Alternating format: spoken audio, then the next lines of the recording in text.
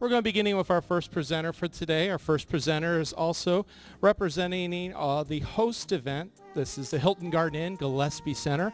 She's going to be talking through some venue planning. And ladies and gentlemen, our first presenter. Hey everyone, my name is Krista, and I am the coordinator here at the Gillespie Conference Center. So I'm just going to go through a few tips that I've learned in the industry and things that have really helped plan multiple weddings throughout the years. So the first one I'd like to start with would be communication.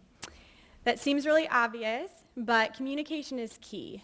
As you talk to your venue and really any of your vendors, you'll need to make sure that you're giving them all of the information as far as your layout. You might need to make sure they have their counts. If they need specialty food requests, your guests will give you all of those things. Think of your vendor as the vessel. So we're the vessel of information from you to us to all of the staff. So the more information we know, the better we can help make your event successful. Of course, all of the logistical things are very important, but not only that, you're going to want to give us other information too that we really love. So I would say things like, if you love to dance, let me know, and I'll create your timeline to get you to the party faster. Your DJ and I can work together to make sure that your timeline goes through for food service and moves you into the dancing faster. If grandma loves coffee, like really loves coffee, tell me, and I'll make sure that we have a server who checks in with her all evening. And won't she feel special if you've thought of her ahead of time? So little tips of information that, you may think, oh, I just need to get that head count to her, or I just need to get that layout. There's anything that you think will show your personality, tell us so that we can communicate that in your overall event. The second tip would be look to your vendors for help. So your vendors have done this hundreds of times. They know what works and what doesn't. We've actually all worked together in the industry many times as well. So I will probably call up your DJ, your photographer, any vendor that you have, your bakery. I call all of those the week of the wedding, and we actually like to talk through your event. If there's anything that they need when they arrive, I'll make sure that they have that. If it's electric or another linen, just things that ahead of time we can plan out. Just one less thing you need to worry about. But just know that we've worked together in the industry. So feel free to reach out to your vendors and ask them questions.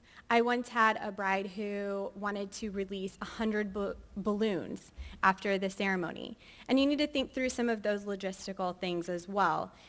Who's going to blow them up? Who's going to tie them off? Where are you going to store them? So your vendors can be a big part of helping you think through those things and how you can make it work. My next point would be to eat. I was just talking about this a few minutes ago. I was that person who did not eat at my reception, and I was eating mince off the nightstand at the hotel, starving.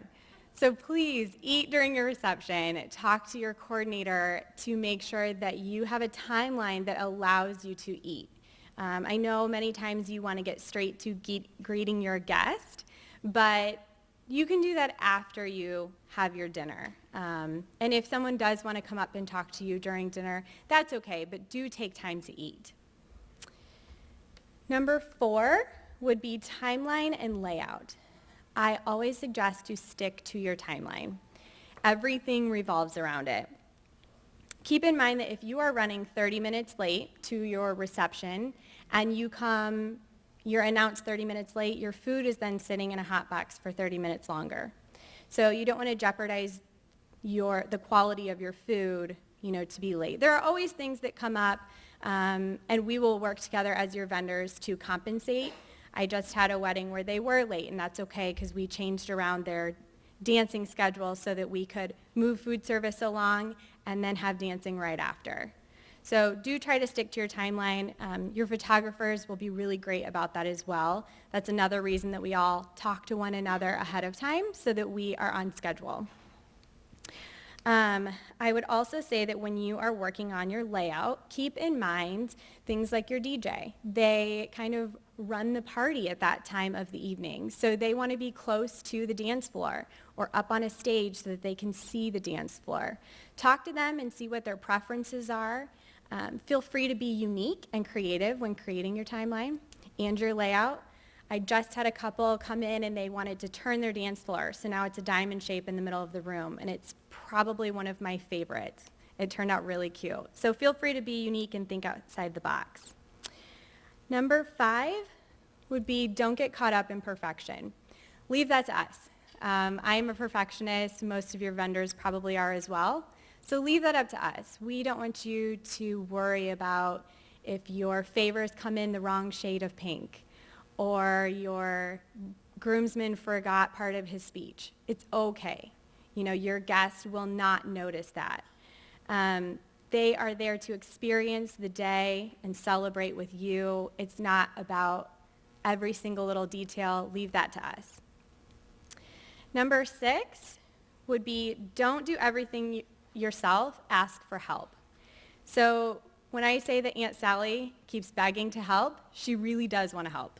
So if she can come and put your favors out or help you get ready in the morning, let her. She really does want to. With that being said, try not to put all of that on your friends and family. Keep in mind that something may take them 3 hours to do when you should leave that to your vendors. Hire them to help you with those things. Hire them to help you decorate do a ceiling draping. Don't have your family do it where it might take 3, 4, 5 hours for them to set it up. So keep that in mind too, because we've all done it before, and it's really helpful when you have someone who's a professional at it. Number 7, you may not please everyone, and that's okay. I had a bride who, she had an uncle who hated the way she folded the napkins. But that's okay. They still had napkins to use, and it worked. And it's about the two of you and your personality shining through the event.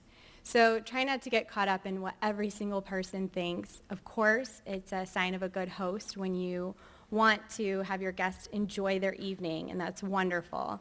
But some of those little things, it's okay if you're not going to please everyone.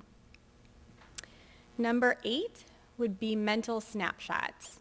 I had someone give me this advice before my big day, and I took it, and I'm so glad I did. I had someone tell me to look around the room throughout the evening and just take a moment to let it soak in.